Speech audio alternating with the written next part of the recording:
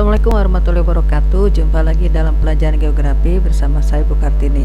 Pada kesempatan ini kita akan melanjutkan pembahasan unsur-unsur cuaca dan iklim, yaitu kita akan membahas angin dan jenis-jenis angin. Oke, kita lanjut ke angin muson ya. Angin muson atau disebut juga angin musim adalah angin yang bertiup atau berhembus secara periode setiap setengah tahun sekali berganti arah. Jadi setiap 6 bulan sekali. Ada dua macam, yaitu ada angin muson barat dan angin muson timur. Angin muson barat bertiup pada bulan Oktober sampai April, menyebabkan musim hujan sebagian besar wilayah Indonesia. Sedangkan angin muson timur atau tenggara bertiup dari bulan April sampai Oktober, menyebabkan musim kemarau di sebagian besar wilayah Indonesia. Nah, sekarang gimana kita terjadinya angin muson ya? Terjadinya angin muson itu karena Indonesia terletak di antara dua benua dan dua samudra. Oke. Nah, ini gambar yang di bawah kiri ini adalah gambar peredaran semu tahunan matahari. Apa itu peredaran semu tahunan matahari? Yaitu peredaran seakan-akan karena bumi kita mengelilingi matahari, nah seakan-akan mataharilah yang mengelilingi bumi. Nah, ini adalah tempat beredarnya matahari di lintang-lintang 23,5 derajat lintang utara selatan. Nah, pada tanggal 21 Maret ya, pada tanggal 21 Maret ini matahari seakan-akan berada di khatulistiwa. Maret, April, Mei, Juni. Nah, 21 Juni matahari berada di belahan bumi utara. Juni, Juli, Agustus, September berada di khatulistiwa lagi. September, Oktober, November, Desember. Nah, tanggal 22 Desember berada di belahan bumi selatan. Nah, nanti Maret lagi di khatulistiwa. Terus begitu. Ini namanya peredaran semu tahunan matahari. Nah, ini sangat berpengaruh. Oke, kita bahas satu persatu. Angin barat ya. Angin barat. Nah, sekarang sekarang matahari masih di khatulistiwa ya. Nanti tanggal 21 Desember matahari tepat di belahan bumi selatan, yaitu di benua Australia. Nah, di benua Australia. Berarti kalau matahari di belahan bumi selatan, berarti belahan bumi selatan sedang musim panas ya. Nah, belahan bumi selatan sedang musim panas ya. Karena musim panas berarti tekanan udaranya rendah karena udah mengembang ya. Nah, sebaliknya di belahan bumi selatan, di belahan bumi utara itu sedang mengalami musim dingin. Karena musim dingin berarti udara padat, tekanan tinggi. Nah, dari mana angin berhembus? Oke, nah angin adalah udara yang berhembus dari tekanan tinggi ke tekanan rendah. Berarti angin akan berhembus dari belahan bumi utara, itu dari benua Asia ke benua Australia ya.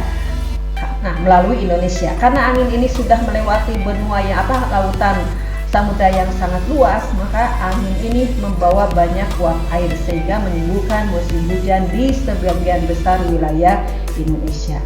Oke. Kemudian sebaliknya ya. Nanti pada bulan Juni ya, pada bulan Juni matahari pindah ke atas ya. Pada bulan Juni matahari berada di belahan bumi utara, yaitu di benua Asia. Karena matahari di belahan bumi utara berarti belahan bumi utara sedang musim panas. Sebaliknya belahan bumi selatan jauh dari matahari sedang musim dingin.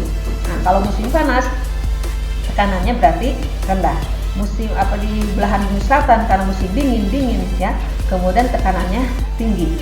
Nah, maka bergeraklah atau mengalirlah udara dari belahan bumi selatan ke belahan bumi utara ya. Dari belahan bumi selatan ke belahan bumi utara, maka angin ini disebut angin muson timur. Karena di sini melalui Australia melalui daerah-daerah gurun di Australia, kemudian hanya melalui laut-laut yang sempit, maka angin ini tidak membawa banyak uap air sehingga menyebabkan musim kemarau di Indonesia. Oke, selanjutnya kita bahas tentang angin darat, angin laut. Sebelum membahas angin darat, angin laut, kalian harus memahami konsep. Pertama, sifat laut. Laut itu lambat panas tetapi lambat dingin. Darat ya, sifatnya adalah cepat panas, cepat dingin. Oke, pada siang hari. Pada siang hari yang lebih cepat panas adalah darat. Karena darat lebih cepat panas. Sedangkan laut masih dingin karena sifat laut lambat panas. Nah, sehingga karena darat panas, darat mempunyai tekanan lebih rendah daripada laut. Ingat ya, kalau panas tekanan rendah, dingin tekanan tinggi.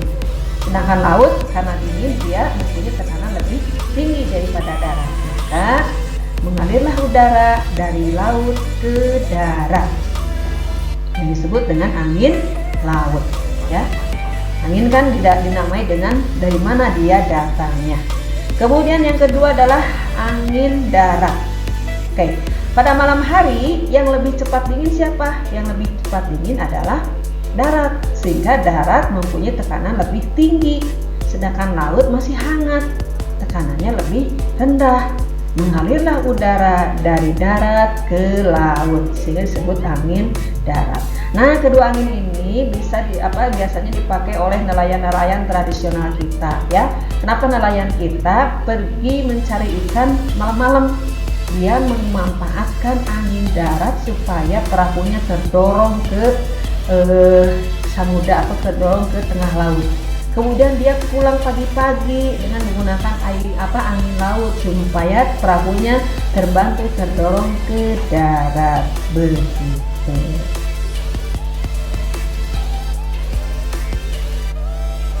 Oke, next selanjutnya kita bahas angin gunung dan angin lembah. Konsepnya sama ya.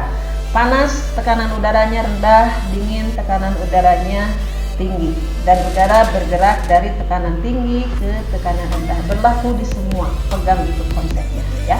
Oke, angin gunung. Nah, pada siang hari lereng gunung itu lebih dulu mendapat panas dari matahari, sehingga lereng gunung suhunya lebih panas daripada lembah. Akibatnya lembah mempunyai tekanan lebih tinggi daripada lereng gunung, maka mengalirlah angin dari lembah ke gunung yang disebut dengan angin lembah. Oke. Nah, kemudian yang kedua, pada malam hari ya, ini ada bintang, ada bulan ya, bulan sepotong. Pada malam hari lembah itu masih hangat, tetapi lereng gunung sudah duluan dingin, sehingga tekanan di lereng gunung lebih tinggi daripada di lembah, maka mengalirlah angin dari lereng gunung ke lembah, makanya disebut angin gunung. Oke, next. Sekarang nomor 5, angin ini termasuk angin lokal ya. Nah, nomor 5 itu angin poh ya. Angin poh itu angin jatuh ya. Nah, angin poh itu adalah angin jatuh. Angin jatuh itu angin kering. Nah, ini proses angin jatuh ini berhubungan dengan, ini masih ingat hujan apa ya yang ada gunung-gunungnya? Ayo. Ya, hujan orografis. Oke, pada hujan orografis kan massa udara naik gunung ya, dari nyanyi. Nah, naik gunung makin ke atas semakin dingin ya, kemudian terjadi kondensasi membentuk awan, kemudian hujan. Nah, hujannya ada hanya di lereng sebelah sini saja, di lereng sebelah yang menghadap arah datangnya angin. Nah, di lereng lainnya di sini ya, di sebelah kanan kalian itu angin berhembus sudah tidak mengandung uap air lagi, sehingga ini menjadi angin kering. Nah, inilah yang disebut dengan angin jatuh. Nah, daerahnya disebut daerah bayangan hujan karena nggak dapat hujan. Nah, angin ini biasanya bersifat panas. Karena bersifat panas, dia akan menyerap uap air yang ada di permukaan bumi yang dia lewati, sehingga kalau dia melewati perkebunan itu akan gosong seperti tersambar oleh api ya. Jadi kayak lumpuh ya, tahu lumpuh ya. Jadi kayak ini, jadi pucuk-pucuknya itu kalau misalkan perkebunan teh membuat pucuk-pucuknya itu gosong karena tersapu oleh angin panas. Nah, angin panas yang ada di Indonesia seperti di daerah Delhi ya, Sumatera Utara itu disebut angin Behrok ya. Sedangkan kalau di Pasuruan itu diberi nama angin Gending. Kalau di Cirebon itu disebut angin Kumbang. Kalau di Biak itu di Jaya disebut angin Wambrau. Sedangkan di Sulawesi Selatan itu disebut angin Rubuk. Oke anak-anakku, mungkin itu materi yang Ibu sampaikan, yang mudah-mudahan sangat bermanfaat. Dan kalau kalian masih banyak yang tidak dimengerti, silakan boleh tanya lewat WA langsung atau di kolom umum ya. Oke, mudah-mudahan bermanfaat. Mohon maaf apabila ada kekurangannya. Assalamualaikum warahmatullahi wabarakatuh.